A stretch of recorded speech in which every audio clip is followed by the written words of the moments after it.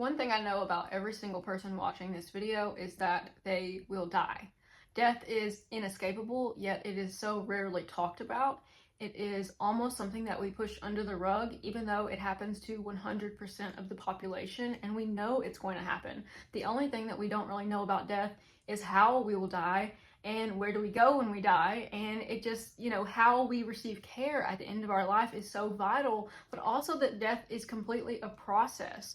I'm holding my grandmother's obituary here and just realizing the fact that she was in a period of dying for years, maybe even a decade, and the care that she received was very lackluster and just very impersonal. The doctor in this book really sheds light on end-of-life care, but also what makes a good end of life. And he also kind of thinks about how can someone live on their own for as long as possible. He talks about like the sociology aspect of like different cultures treat end of life differently. You've got like that book, The Art of Swedish Death Cleaning, that talks about how people prepare for their death. Well, this book is definitely more on the information-based side of things, but also emotional, and it talks about what this doctor feels like to treat people and work in a system that values efficiency and money over patient care. And as I've experienced just having chronic pain and different things going on, I've had a lot of impersonal, very bad care in the medical system that I've paid a lot of money for. So in this video, I want to kind of just touch on some of the different topics that I found interesting, and we can kind of have a discussion about it. You can leave your comments and we can talk back and forth. But how does it feel to know that you're dying? Many of us are not told directly that we're dying when we're in that position. The physicians use words like how much time you may have left. They use words like, we'll try to make you as comfortable as possible, but they don't ever outright say, you're dying, and while we may realize it, having the words said out loud are very important. I know that in my grandmother's case, she was in and out of the hospital for many years, but towards the end, I saw the writing on the wall, but nobody ever came right out and told me she's dying. And so I would go to the hospital, I would see her in there, just a shell of her former self, and I would bring her flowers and try to make, her comfortable, or put some chapstick on her lips, or just do things that, anyone would want. But there's never a point where a doctor really faced me and faced my family and said, like, this is the end. And it's almost up to people to realize that themselves, and I'm not sure why we're not addressing that in medical care.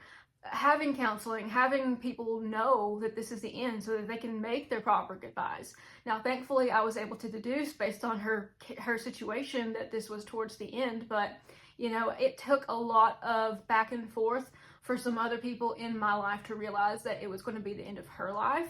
I know because I loved her so much that I could maybe see it and accept it sooner, because I just realized, like, okay, like, I need to prepare myself for this. And I think I started preparing a little early, maybe even. She wanted to die in her home, and she died in a rehab facility. She wanted to be comfortable, and I'm pretty sure she died like thirsty. There's so many things that she could have had if we had a better system for dying, but we're all dying, but nobody wants to talk about what actually comes with dying, which is just a lot of shitty days in a row. A lot of days where your family finds you hard to look at, difficult to care for, maybe even a burden, maybe even something that they will feel relieved of once you actually die.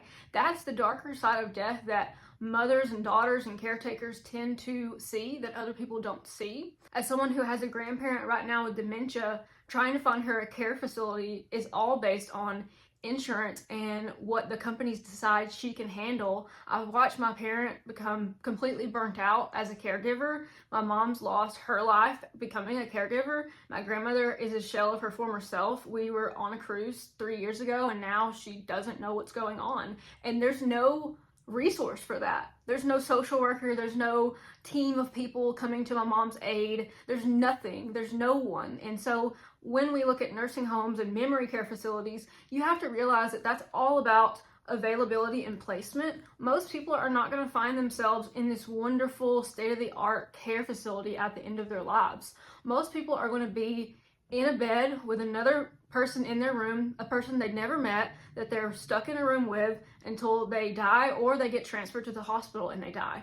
And so when I think about the end of my life and end of life care, You know, you want to prolong your health as long as possible, but you do need to have those conversations with your family. What do you want to happen to you? What do you accept? What do you not accept? Are you okay with being on a ventilator? Do you want some way to save your life if possible? Or do you want them to just let you go if you're 75, you already have mobility issues, you can't breathe, you haven't eaten healthy your entire life, and now you find yourself struggling just to do the most basic human functions? In one passage of the book, the author says, his memory, for example, had not deteriorated badly, but he had also managed his old age well. His goal had been modest, to have a decent life as medical knowledge and the limits of his body would allow. So he saved and did not retire early and was therefore not in financial straits. He kept his social contacts and avoided isolation. He monitored his bones and teeth and weight, and he made sure to find a doctor who had the geriatric skills to help him hold on to an independent life.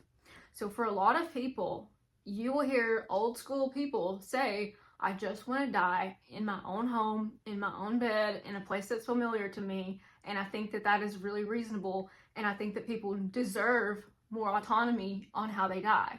It seems like rather than let people die peacefully, we extend all of these medical efforts to prolong their life, but their life is already coming to a close. We just don't want to accept it. And you'll see physicians who have all of these tools, and just because you have a tool doesn't mean you need to use it. You know, part of do no harm is not doing a procedure or not going through aggressive chemotherapy on a person when you know they're only going to live a little bit longer. You know, just having the should we not conversation, I feel like is not up to the patient anymore. It just depends on the philosophy of the doctor. It may even depend on their insurance and what they're able to pay for. We're having all of these medical decisions made by a system that we have no control over. And back in the day, you would have a family care doctor that you saw from when you were a kid to when you were old. That same doctor in your family, they probably saw your mom, your dad, your sister. If your mom had breast cancer, well, then they knew you, they knew your mom, they knew to make sure that they kept an eye out for breast cancer.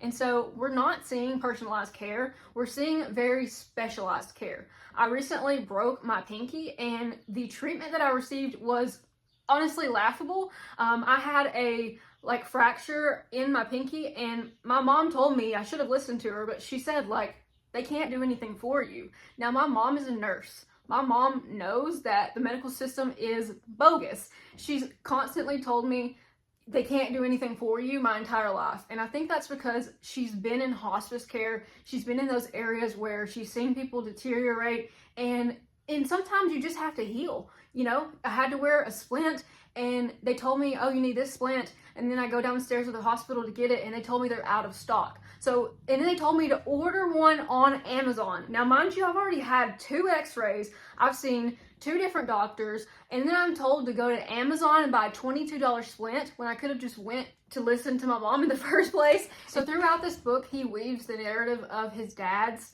illness, and it's really hard to read because you know that as a physician he knows what's coming and he's trying to prepare himself, his dad, and his family for that. But what he realizes, I guess, throughout that process is that it's important to look at his dad's goals for the end of his life.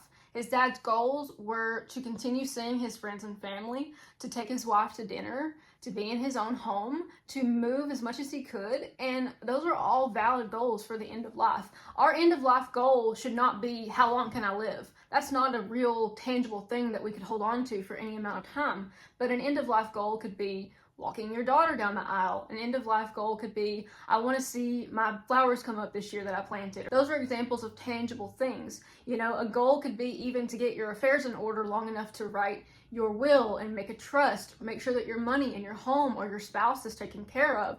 You can't make those plans if somebody hasn't been upfront with you about the state of your health. Now, one thing that pisses me off badly is going back and reading my own medical charts and seeing how much the doctor didn't tell me. Things that were vital information for me to know that they never told me. During that appointment, made that diagnosis, said nothing. And I don't know if that's because they've been told that patients can't handle it or because we are not educated enough to know what's wrong with us. I don't know what the reason is, but we should not have to get on my chart in order to figure out what's wrong with us when the damn person in the room with us knows what's wrong with us. It's like there is this inability to accept reality and to say these things out loud. And I think that I've always been the type of person who my family would say is, I don't know if they would say I'm rude. They say I'm blunt, direct, harsh, aggressive. I've always been labeled those kind of things, and it's like, it's hurt my feelings, but like, honestly, it helps me get through life in a way that other people may not be able to really fully accept what is going on, because I think I just see the reality of the situation, and sometimes I don't present the information in the most tactful way, and I want to get better at that. But when my grandmother was dying, I said, she's dying.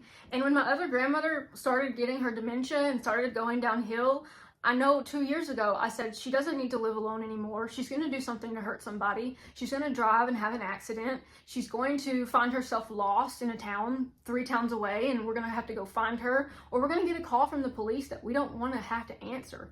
And so I said all of that long before it actually happened. And I know that I'm a generation removed, and when this happens to my own family or my own parents, I may not be able to cope with it. But I think just being able to see, this is the reality that we're in. It's unpleasant to face. It's very depressing. It's something that you wish wasn't happening, but you have to cope with what you currently have. I can make a whole video about doctors and their ego, but I will just say that my mom has always told me to see a nurse practitioner whenever possible, because she's like, they have more time, they care more about you, and she thinks that they're more connected to the patient. And I'm not sure, I know there's good doctors out there, but most of the doctors I see seem like they go through some process through medical school where they lose their empathy.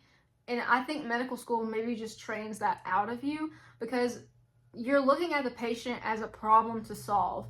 And people are more complex than that, but we're putting them in a system. This book talks about how like every person with heart failure might be given the same treatment course, and that might not really be required for every person. We're spending money that's unnecessary to spend, and we're giving treatments that are unnecessary, and we're making people's lives worse in the hopes that we prolong them, but their life wasn't worth prolonging. We all know that the average human's lifespan is just not that long, right? Like it's pretty short. Like if you're lucky, you're gonna find yourself dying in your own home when you're 75 or 80 or 85, and that's it. I'm 30 now, so if I live to be 70, I've got 40 more years left to have children, have grandchildren, find a life that I'm comfortable with, get my affairs in order, make sure my home is in someone's name that I care about and love, have a beneficiary on all of my accounts, and there's no promise that I won't die in a car accident next week. So, it's kind of like we have to plan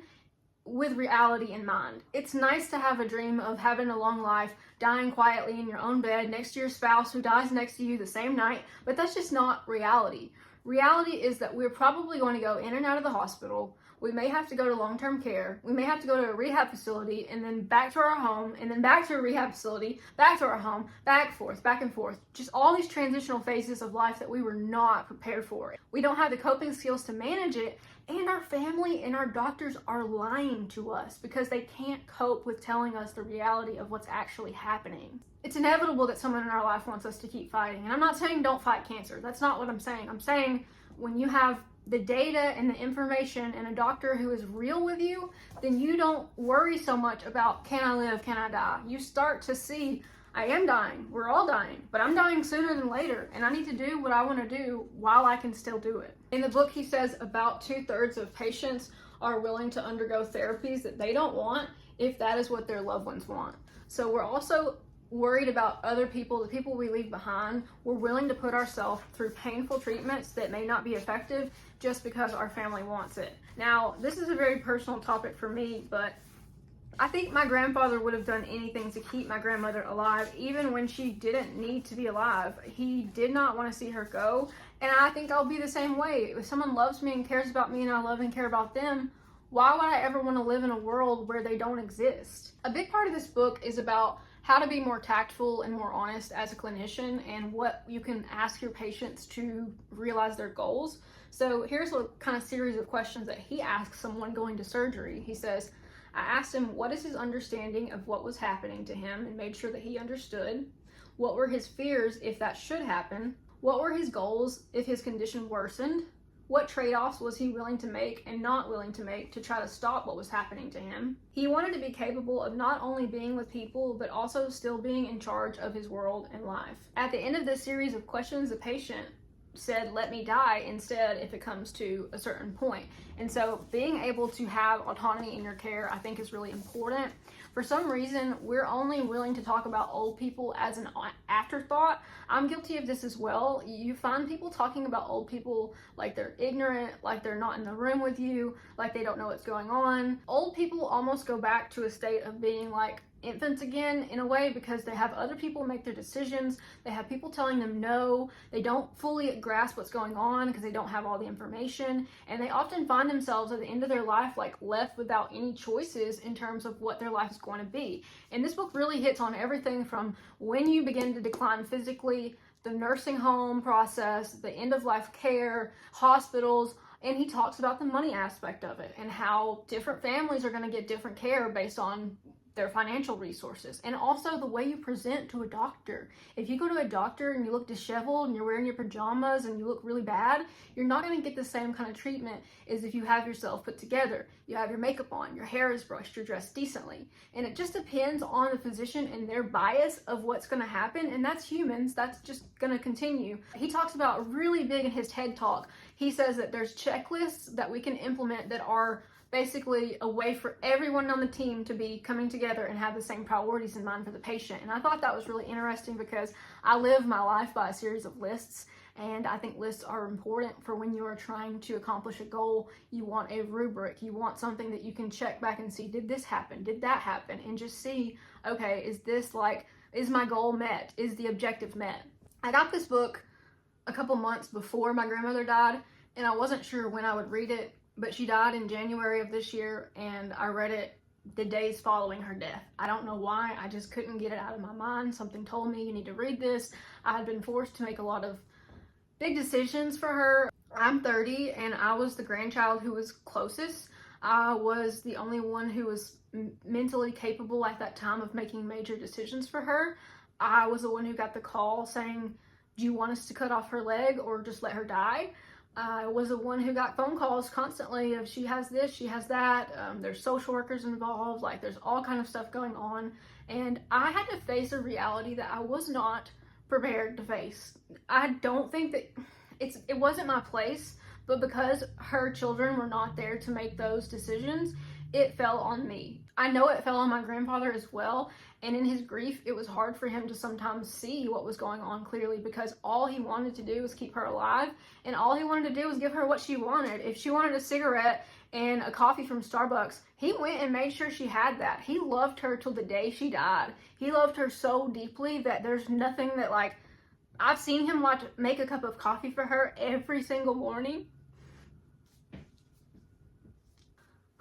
Okay, I saw him take care of her since I was a kid, and I'm 30, till the day she died. This is grief.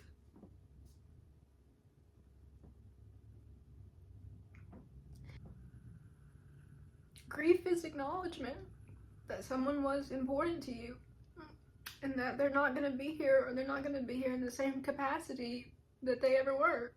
This is coming for all of us. This is not rare. It's not unique. It's a part of the life cycle. I think if anything, this book has shown me not only should I have gratitude for what I have, the people I have, and the temporary nature of life, but that there's compassion and understanding to be had for people who are not in good health. And we may face that ourselves, and our bodies are so susceptible to breaking down. They're literally designed to break down and for us to die. And until we're willing to have that conversation of, what do you want to happen? What are you willing to go through? What do you want your death to look like? Do you want to go to a nursing home? Of course not. Who would say they want to go to a nursing home? It would have to be the most selfless person in the world. And we all say when we're 30, don't let me live like that. When we're 60, we say, I can keep going. I'm doing really well. When we're 75, we say, what the hell do you mean I can't live in my own home? And when we're 85, we start cussing out our kids, telling them that they don't respect them and they don't appreciate all that they've done for them because they want them to leave their home and they're just trying to take our money. You know, all of these things that happen that we need to acknowledge sooner if we want to have positive and productive conversations about them. And I really appreciate that you guys stayed with me till the end. If there's any discussions or anything you want to share about someone that you love in the comments, I would love to hear it. If you have have a story about being a caretaker or making hard decisions for somebody, let's discuss it in the comment section and kind of talk through what it means to face death, what it means to actually look at it. Don't shy away from it, process the grief, make the decisions, and try to do what's best for the patient in the long run. Thank you guys so much for watching. I've been wanting to make this video for like 6 months, and I finally had the courage to sit down and do it. So I will catch y'all in the next one. Definitely pick this book up if you get a chance. Take care.